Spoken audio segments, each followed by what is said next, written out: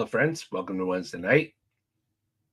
We are, as always, very glad to be together, have an opportunity to look at God's Word, go through some lists, have some fun together, but otherwise, take part in community. So, for those of you watching live, appreciate you. I'm not, this isn't like last week, we were sort of live. This week, we're actually live. So, we're good to go. Hope y'all are having a good week. We're excited for Mother's Day this weekend. At Brookridge, we're going to celebrate our moms with a photo booth complete with props. So you can take some cool pictures with your families, drag them all into church, get your picture taken. So Mother's Day photo booth coming soon to Brookridge this Sunday. And then we are in Romans on Wednesday night. And that's what's happening. So I think that catches you up on everything. So here we go. I said we'd talk about some mild inconveniences and interweb fails. So start with the mild inconveniences.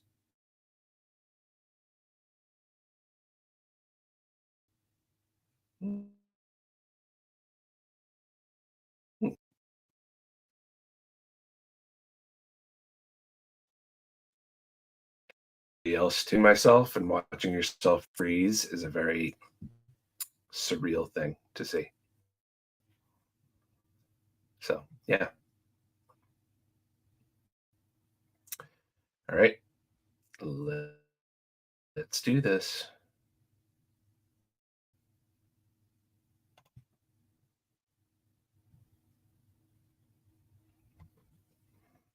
Maybe the interwebs don't want to see the lists. They don't want their secrets revealed. But anyway, talking about inconveniences, it's very inconvenient to go into Planet Fitness and see a circus mirror instead of being able to see yourself working out. Some people might consider this a blessing. Other people, minor inconvenience. How about this? When you're sharing a cake with somebody and like, hey, cut out some of the cake, and they cut it in a very disproportionate way. That can be irritating to some people who like nice, even slices. Not great. All right. School removed the doors on the bathrooms. I'm not sure exactly why they would do that, but that is not great. Bathrooms should have doors. That's all I'm saying. Oh, here you go. Going for a nice piece of gum in the middle of the day, and then somebody just leaves you a note that says, "Thanks for the last piece of gum." What is happening? Might as well just take the whole thing instead of leaving the note. Here you go. This is someone who is buying a product online. Looks like you left $0 for the tip. That might be an accident. Would you like to leave a tip? No.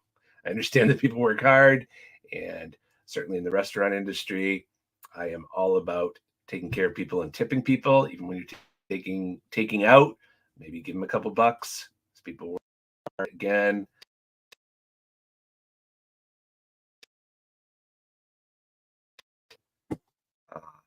Not when you buy something online. It's also tough when you make wings.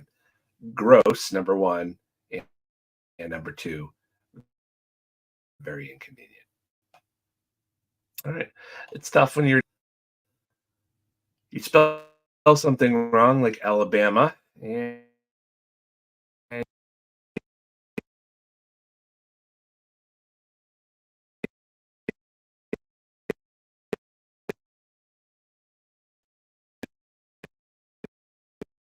it's the wrong answer. It's the wrong spelling. Uh,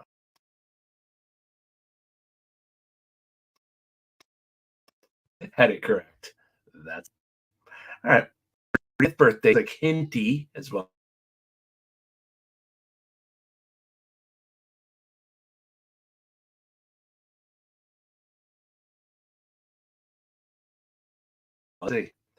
Half the population can't read cursive anymore, so that looks like either hurdy or hinty to somebody that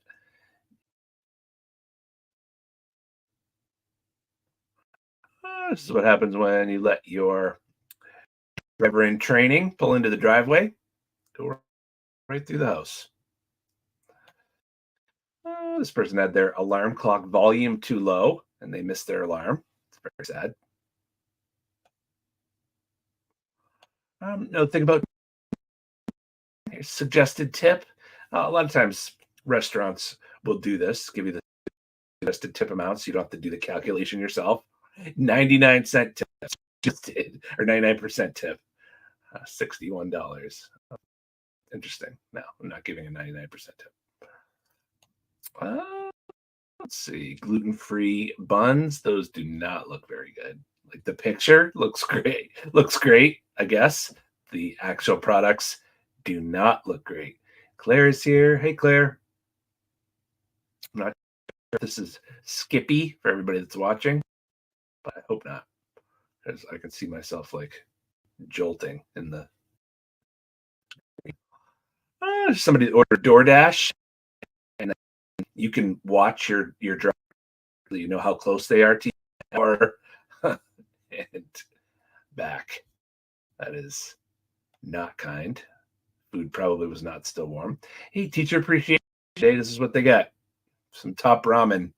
Wow. Mm. The connection is struggling. Hmm. I don't know why. We have a pretty good internet signal here. I don't know what to tell you. Maybe the interwebs are failing tonight.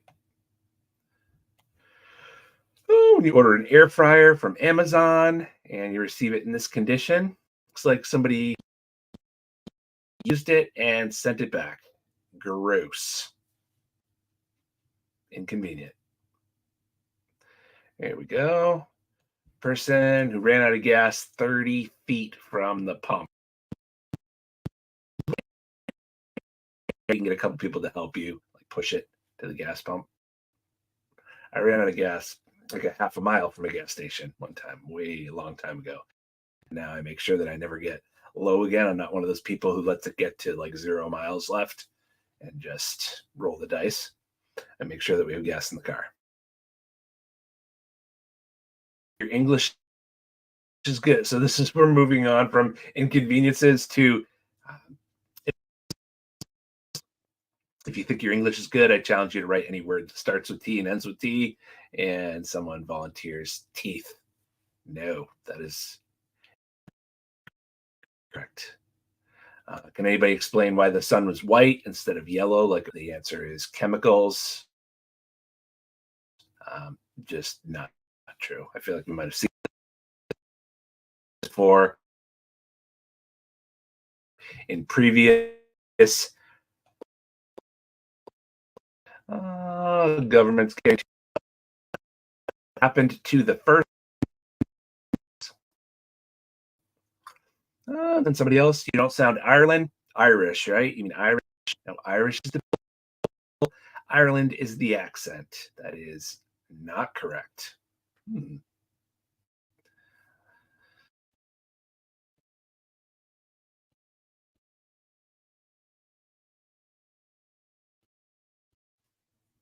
Still feel myself skipping.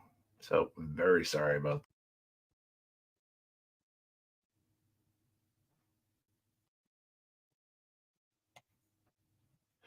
when you realize uh, someone says I'm nobody's ex. Exclamation of character, not deep.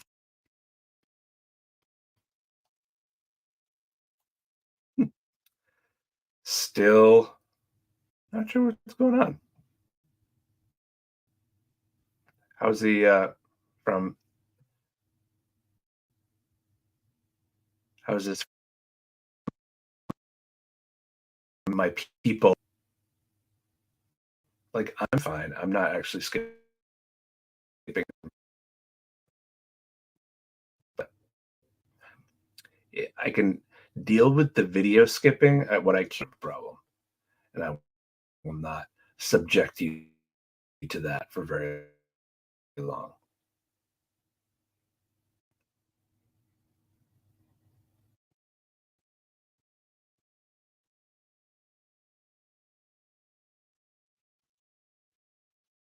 good. All right. I will. This is this never happened. So Brian Spicer knew something that canceled his Wednesday Night Live tonight due to technical issues, and it could be technical issues with stream. So very sorry about this, but we will have to postpone. Having some issues now. I will try to leave and come back and see if that does anything. But so stick with me.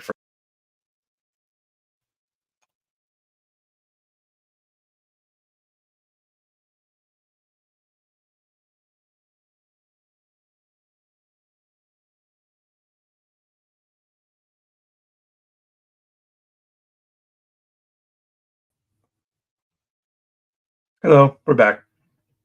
All right, I'm gonna try it for just a minute or so and see if maybe it just the rebooting of the connection works.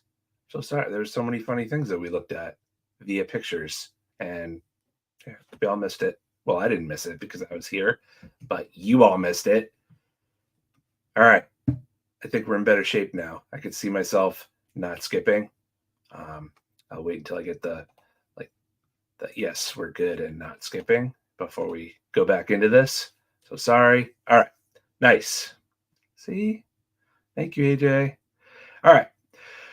So this person. So sorry. Back to what we're talking about. Should I call the cops on my neighbors? They have a newborn baby who cries all the time. Baby disrupts my sleep. Crying is annoying and makes me angry. Yes, make them arrest the baby. Very. That's babies are babies. Why can't the earth just? Why doesn't the earth just fall down? How can it just float in one space all the time? Science doesn't make sense. Just dogs can't talk, so do they have brains? I know they walk, but it's only because we tell them to. So sometimes it's fine to think stuff, but not to put it out there on the internet. This story won the Pulitzer Prize. Pulitzer Prize, I believe, is what we're looking for. Stop defending his egocentric behavior. They're just all right. What? Talking about black bears in the North Georgia mountains. And the question is, why are the bears not hypermating? That is not correct. That's what we're looking for. This is a guy working out. And of course, somebody has to troll because we can't just leave each other alone. We can't just scroll past something. And we have to comment on it. And so he's like, oh, this guy's proportions are way off. Huge back, tiny bottom, please don't comment like that on the internet. He looks like the hunchback of Notre Dame. Norodom. It was Notre Dame is what they're looking for. Unfortunate incident with a pheasant did come off worst, but that was no constellation to me. Consolation, again, is what we're looking for. It just nothing starts with O, and here's another one. You're just setting up for people. Nothing starts with O and ends with O. Onion. That is not correct. It's one cheap movie ticket. Manatee. Oh, I went to go see a manatee today. Matinee is what we're looking for there. You might want to check your spelling next time. You actually wrote lives instead of lifes. So you're trying to correct somebody else incorrectly. Lives is the correct spelling. It is not lifes. Here we go. Advertising a metal double teeth barber comb.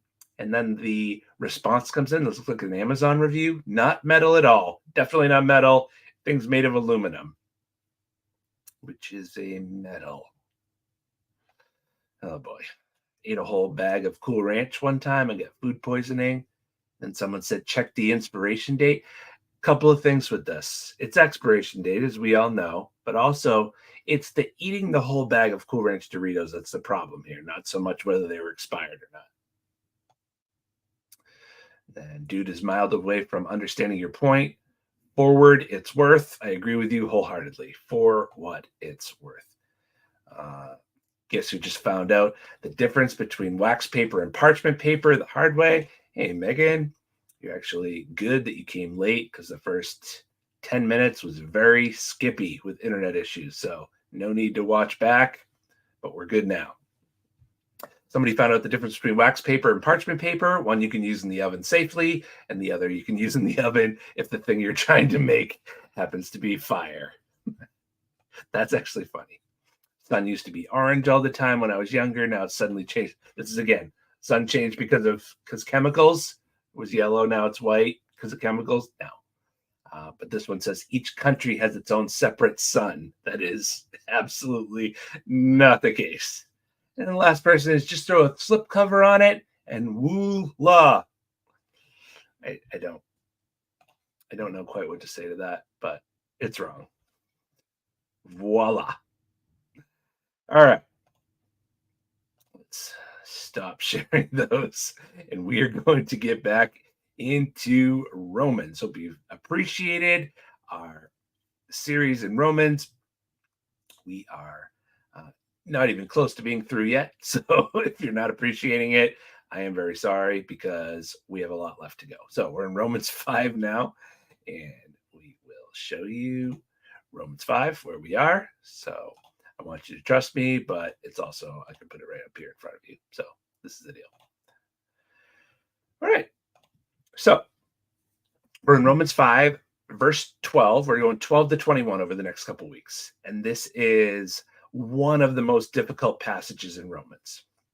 It's not so much that it's hard to comprehend when we read through it. It's just difficult to get your mind around the logic and the fairness of what Paul is writing here. This is one of these passages where if you've ever struggled to believe, perhaps we need to hear God say, hey, you willing to accept my word just because it's my word and comes with my authority? Or do you feel like you need to understand and agree with it before you'll accept it? And I'm not saying just blindly follow stuff that we don't understand, but if Jesus came in the midst of our questions and said, I'm not going to explain, are you willing to trust me to doubt your doubts?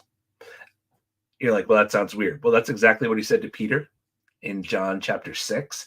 Peter had some unanswered questions, and there were a bunch of followers of Jesus who had problems with what he was teaching, and they stopped following him. Peter had some of the same objections as everybody else that was leaving. So he's like, it kind of has this conversation with Jesus. We're going to talk about it a little bit more on Sunday, but he's like, I sympathize with the people that are leaving. I don't understand. And Jesus doesn't explain. He just says, are you going to leave too? And Peter says, where would I go? Have you ever felt that way? Like, so the evidence for Jesus being the Son of God, undeniable to me. Evidence for his resurrection, solid. So where else would I go? Where else could I go? Some definitions of faith, because we're still talking about faith. Faith is when the unexplainable meets the undeniable. Faith is accepting what you cannot understand based on what you can understand. I still think maybe our first year or two in heaven might be like a big classroom with Jesus answering questions. And keep that in mind as we go through some of these things. This passage is going to address a few questions that are asked a lot. What is original sin and how is it fair? And you're like, original sin, I've heard that term, but I'm not really sure what it is. Is that like a sin that nobody else has ever done before? Like today I stole a Hershey bar and a Diet Coke while thinking an unkind thought about my frenemy and coveting his sweet ride all at the same time. Like no one's ever done that exact combination. So that's an original sin. Now, what is original sin? We'll talk about it in just a minute. Second, what about babies and mentally challenged? What happens to them when they die? And what about people who have never heard the gospel? Paul teaches some concepts here that touch on all these things in these 10 final verses of Romans 5. So if you remember, first 11 verses of Romans 5 that we covered the last 2 weeks, Paul showed us how the gospel reshapes our view of trials and suffering. So he shifted from argumentation for the gospel up till then to celebration of the gospel. And now he's shifting back to a little bit more argumentation and apologetics.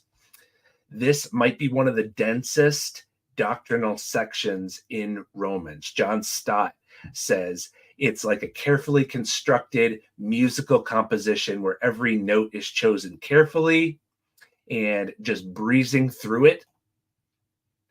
You have no idea all the complexity that's there. John Stott says that, really smart pastor and writer. But it's important not to separate this, he says, from the felt need stuff Paul was just talking about. In other words, how to have joy and hope in the midst of trials. Sometimes we tend to think that there's two kinds of Bible teaching: the relevant practical stuff for normal people, and then the deep doctrinal stuff for seminary nerds. That's not how Paul saw it. He saw that the practical is connected to the deep.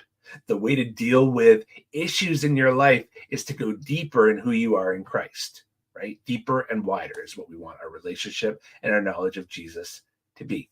The first word in this paragraph, so this is the section that we're in, starting with Romans 5, verse 12, it says, therefore. And when he uses therefore, he's showing us that what he's about to say connects with what he just said about having joy in suffering. So these are not just words for seminary students. These truths that we're going to read and go over in the next couple of weeks are how all of us can face life with hope and balance and joy, how we can live free from bitterness and regret. So here we go. He writes, therefore, just as sin entered the world through one man, talking about Adam, and death through sin, so death spread to all men, or all people, because all sinned. And then we skip verse 13 for now. And death reigned from Adam to Moses, even over those who did not sin, or whose sinning was not like the transgression of Adam, who was a type of the one to come. If you remember, in chapter 4, Paul used the story of Abraham to show how Abraham's life illustrates being justified by faith. And here in chapter 5, he's going to go back even farther, all the way back to Adam, the first man, to show how Adam's story sets up the gospel. He's going to show that all of history can be told as the story of two Adams.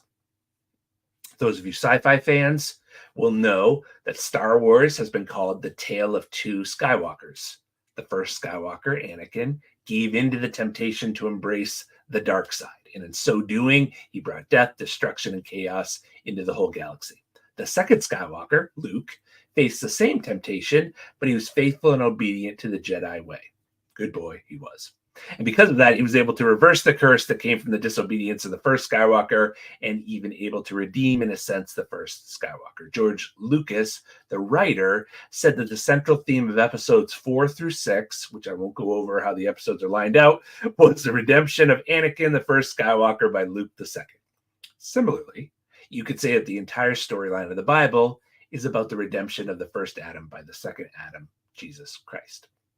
If I didn't lose you with the skipping in the beginning of this episode, I may have lost you with the sci-fi Star Wars reference. But this is what's happening in Romans chapter 5, 12 to 21. Here's a basic idea. Adam, the first human being created, chose to defy God's authority and reject his clear command to avoid the tree of knowledge of good and evil. If you know the story of Genesis, you know the story of Adam and Eve, then you're aware of this. But Paul's saying because of that choice, death descended on all people.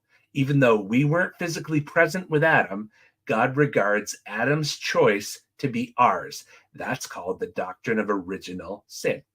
And notice how verse 12 ends. Therefore, as sin entered the world through one man, and death through sin, in this way, death spread to everyone. In other words, we all sinned through him, in him.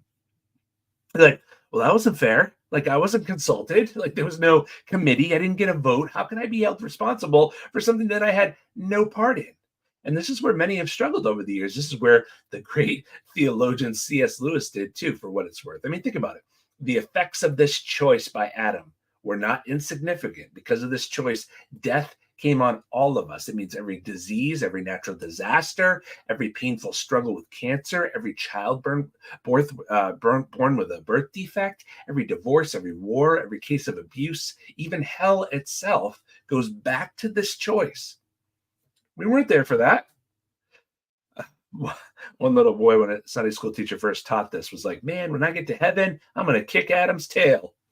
So how is this fair? Well, in calling Adam our representative, God's saying he knew that what Adam chose is what each of us would have chosen had we been given the choice. Keep in mind, God was not some passive observer. He is the infinitely wise creator. He understands literally everything about us. And he knew that how Adam acted would be how each of us would react in that situation. So we can't say, no, if I had been there in the Garden of Eden, I would have done the right thing, because that's saying we know more than God. God knows all, and he's infinitely just.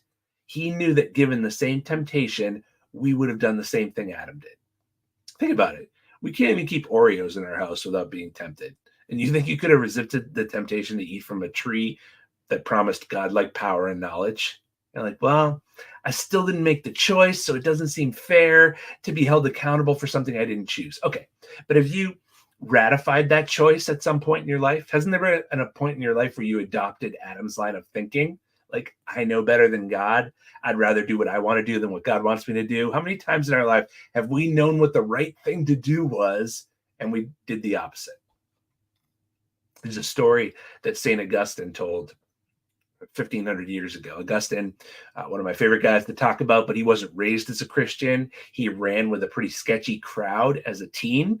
They had some cool name in Latin that's similar to the Destructors.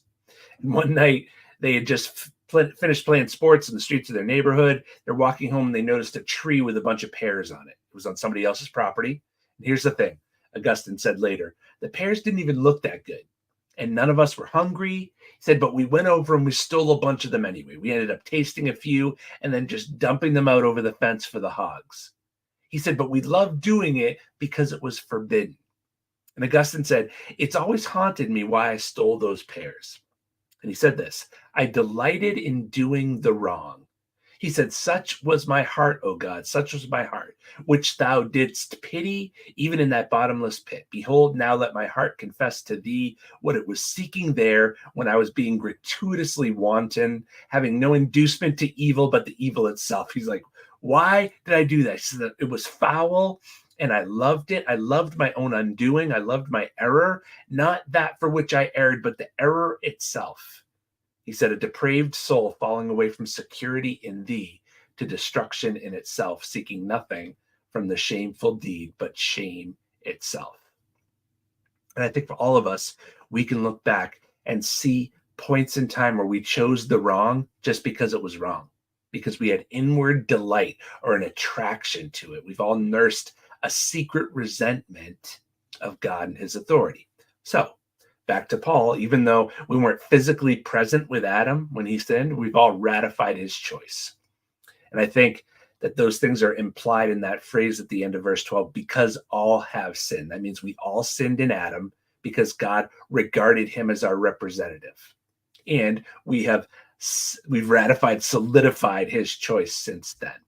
And the result of that is that Paul says death spread to all people, which means physical death and spiritual death. So I think even if you're still struggling with the logic behind why original sin works like it does, we have to at least concede the presence of its effects. G.K. Chesterton said, original sin is the only doctrine that's empirically verifiable. Why does he say that? Because everybody dies. I'll say original sin, Adam and Eve, death comes into the world. Despite all our technology, the death rate in the human race holds steady at 1 to 1. Everybody dies. Death and disease affect everyone. Nice people, cruel people, smart people, ignorant people, rich people, poor people, innocent infants, as much as adults. And spiritual death means that we're all born in a posture of rebellion towards God, each with a clenched fist toward the heavens, assuming our way is better and our desires are most important. Every parent knows this, right? Like kids come out of the womb like those seagulls from Finding Nemo. They're like, mine, mine, mine, mine, mine, mine. Seriously, have you ever seen a 2-year-old displaying gentleness and selflessness? Not very often. Do you hear stories of an 18-month-old that ever said, hey, mom and dad, you look like you've had a tough day. Why don't you just put me in my room and go take some you time? Like, that doesn't happen. Kids are born thinking about themselves. We've never had to send any of the Brookridge kids to sin camp. They never have to take selfishness seminars. They come by those things instinctively. They inherited those things from you, the parents, right?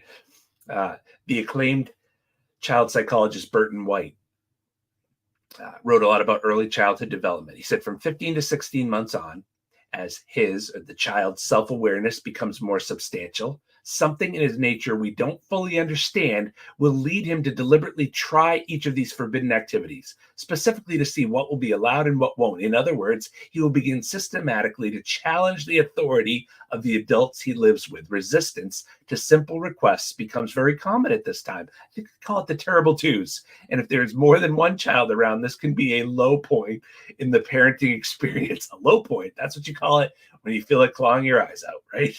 Something in his nature which we don't fully understand. Well, we understand it because God revealed it to us in the scriptures. Something inside him is that spirit of Adam who wants to do things his way. So even if you don't understand the logic of original sin, you can at least see the effects of it.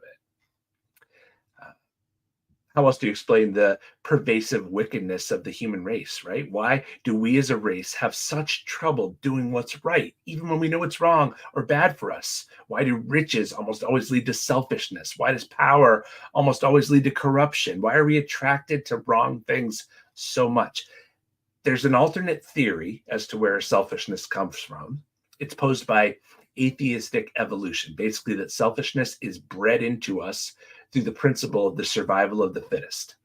Like that selfishness helped our species or our family line survive in a harsh and competitive environment.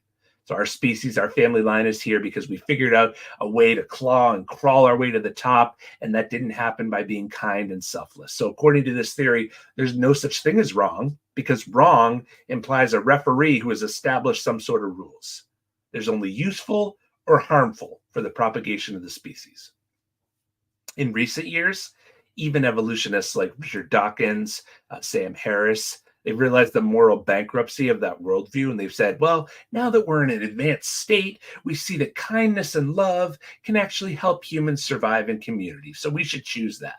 They're not saying that love is inherently good. They're just saying that now it appears to be useful for our species, whereas before, cruelty and dominance were useful.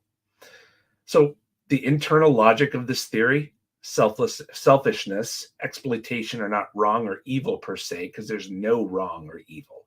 They're simply not useful. If you're an agnostic, you have to consider this, because this is a really big deal, especially when it comes to something like justice. Martin Luther King Jr. said the reason segregation laws in America were unjust was because they conflicted with the higher laws of God.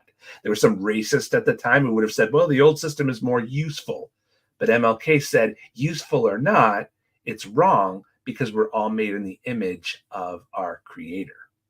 If we were just accidental biology and chemistry, you can't say that. You can only argue in terms of usefulness, not right or wrong. Because in order for something to be wrong, there has to be some higher standard to appeal to.